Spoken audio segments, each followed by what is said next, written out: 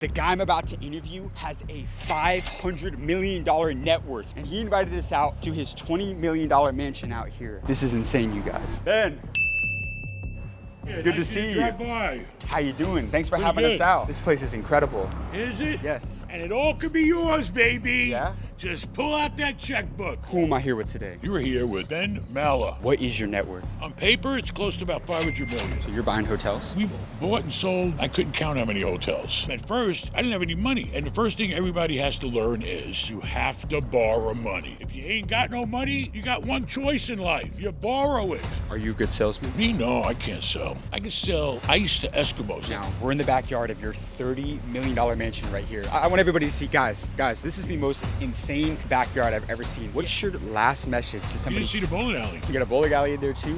What's your last message to somebody trying to own a place like this in today's world? They want to become... Guys, I'm about to interview one of the richest men in all of Florida. And in fact, he has a net worth of over $500 million, $500 million. It's Ben Mallah, one of the most renowned real estate entrepreneurs in the entire world. He owns hotels, apartment complexes, buildings all over the world. So I'm gonna go up to his house, we're gonna meet him, and we're gonna interview him, figure out how you can start creating wealth and becoming wealthy through real estate in today's world, even if you don't have a lot of money. So let's go meet up with Ben and go see what he has to say. Come on. Look at this place, you guys. Like I said, this is a $20 million mansion. We got our guy Ben out here front. He's got the Rolls Royce, the Ferrari. This place is insane. Ben, what's going on, my friend? How are you? How are you? It's good to see you. Drop by. How you doing? Thanks for Pretty having good. us out. Thanks for coming. Thanks for coming. It's good to see you, sir. What's going on? How you How's doing? everything going? Doing well. This place is incredible. Is it? Yes. And it all could be yours, baby. Yeah? Just pull out that checkbook. Yeah, so that's what we're gonna be talking about today, right? We know that you became successful, accumulated hundreds of millions of dollars of wealth through real estate. We want this to be a masterclass. I want this to be the best real estate interview that I've ever done in my life. Just remember, I'm the master and you're the student. That's correct, and that's why I'm here to learn from you. Very good. So can we get into things? Let's do it. Let's rock and roll. Amazing. Who am I here with today? You were here with Ben Mallah. What is your net worth? On paper, it's close to about 500 million. Did you come from a lot of money? No, my family was dirt poor. My father was the ultimate cheapskate too, besides being poor. And for those that don't know, what industry did you decide to pursue a career in? Real estate. How long have you been in the business? I started in my early 20s and I'm in my late 50s. You do the math. So what was the turning point getting into real estate? Real estate is probably the most common way any human being can make money. Why? Because you need it. Everybody needs a place to live.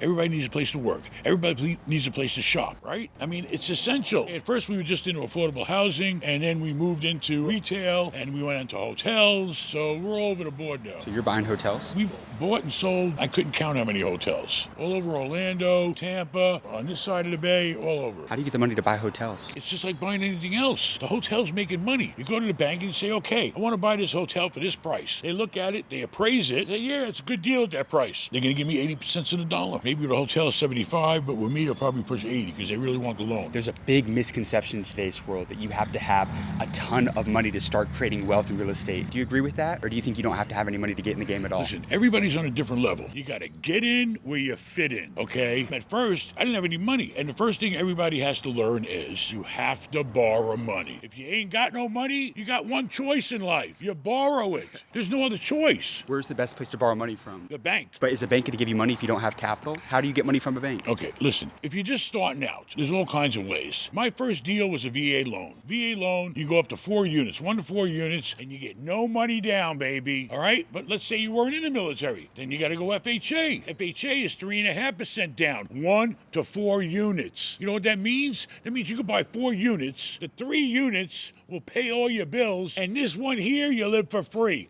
at a minimum. Or if you really get lucky, you'll get cash flow too. Depends on the buy. It's all in the buy. You got to buy it right. That's what real estate's all about. Setting yourself up to do the deal with the money for the bank and finding the right deal. Everything else is common sense and you can pay people. You know, you got all kinds of tools in real estate. I use lawyers, I use brokers, I use bankers. You're just basically putting all the right pieces in the right place. So let me ask you this, because I want to talk about debt real quick, because a lot of people are terrified to take on that debt. Ooh, I don't want to borrow any money. Yeah. Ooh, But well, you'll never fucking grow. Pardon my language. No. Hey, we're okay? We The can point talk. is, if you don't borrow money, all right, I go out and do a deal tomorrow for, say, $10 million, right? Simple deal, $10 million bucks. I put 2 down, and the bank puts 8. Who's taking all the risk? The bank. And yeah, are rates high now? Yes, they're higher, but you really got to worry about the rate being whether it's 4, 5, or 6, or even 7. Then that probably ain't the right deal. You got to have a much bigger cushion than that in profit to worry about paying the bank, 6%. If I borrow $1 million bucks in the bank, that's 60 grand a year in interest. That's 5 grand a month. That's when you got to figure it out. The deal's got to make sense. It's all in buying the right deal and having a plan for that deal. Are banks still lending money in today's world at the same rate that they once were? Banks have to loan money. That's how they make money. If they don't loan money, they don't make no money. A bank has only worked what the loans are. Now, if the loans go bad, that means the bank's worth less money. That's when we have opportunity. So how did you And leverage? that's what we're waiting for to happen right now. Right. How did you leverage debt to build wealth? Listen, the first thing you gotta do is get pre-qualified. If you don't have nothing, but you gotta have a job, come on, you gotta have some kind of income. The easiest first way to get in the door is doing FHA. And if you're a younger person, you don't buy a house. You buy a duplex, a triplex, a fourplex, something that generates income and provides you with a place to live. So this way, you don't have the whole burden of all the bills being on your shoulders. And later on in life, you get the house. You know, it's all everything's steps in life. Guys, this interview with Ben has been incredible so far. But one thing that I've noticed from spending a lot of time with guys like Ben,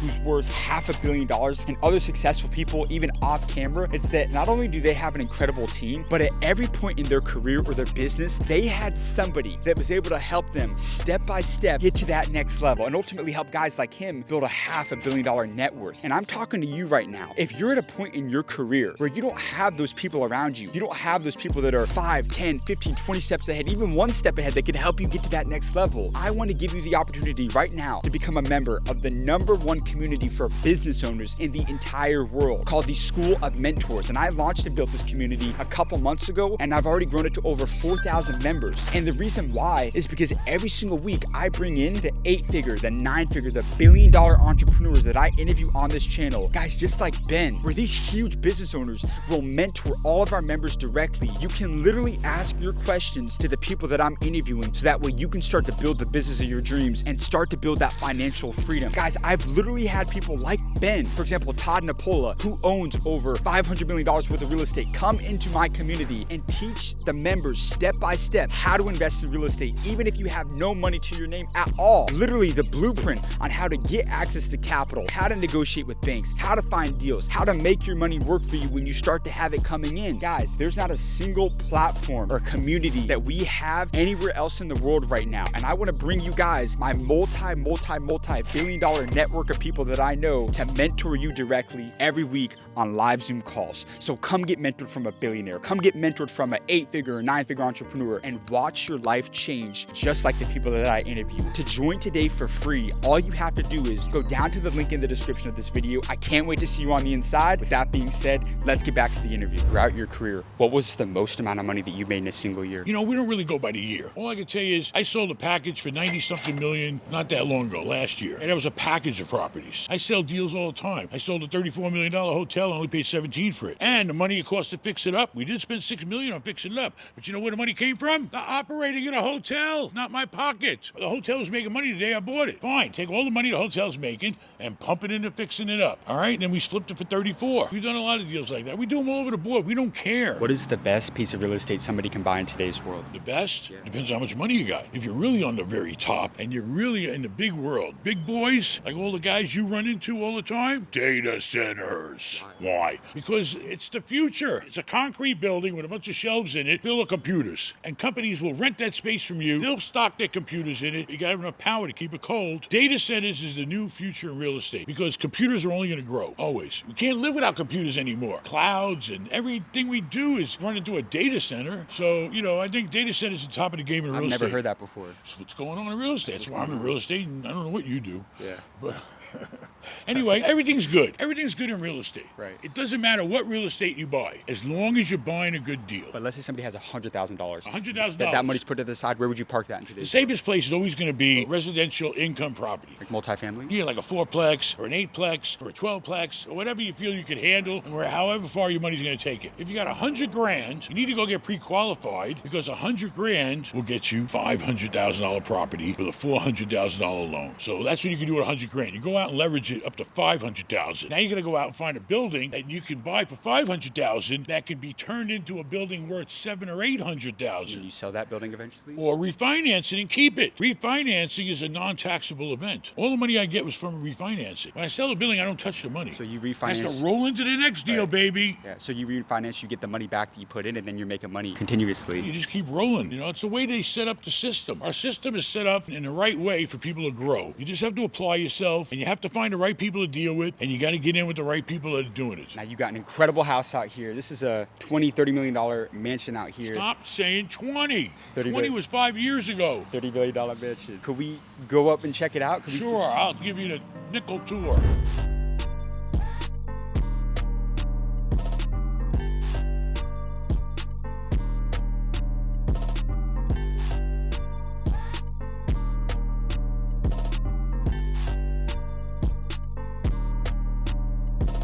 Growing up, did you think all this was possible? To be able to own a place like this? And I mean, not when I was growing up. It came to me that this was all possible when I went to work for the guy that had all this. And that showed me, yes, it was achievable because he was smart and smarter than me in some ways, but I was smarter than him in other ways. That's why we made such a good partnership. So I knew it was achievable when I hit about 25. so you agree that you can only grow to what you've been exposed to? That's a good one. You should write that down. Yeah. You might even be able to copyright and sell that. I got you. You can only grow to what you expose to. So I guess what was that mindset shift that made you a multimillionaire? Stop partying. Stop worried about what everybody else is doing. Stop trying to have shit you can't afford. Get busy and get to work and have a plan that makes sense. So was it all worth it? All the sacrifice? Of course, because now my kids don't have to go through all the shit I went through. Yes, they earned their pay and they paid their dues, but now they don't have to go through all the struggles that I had to go through. Do you own this house? Yes, I own a house.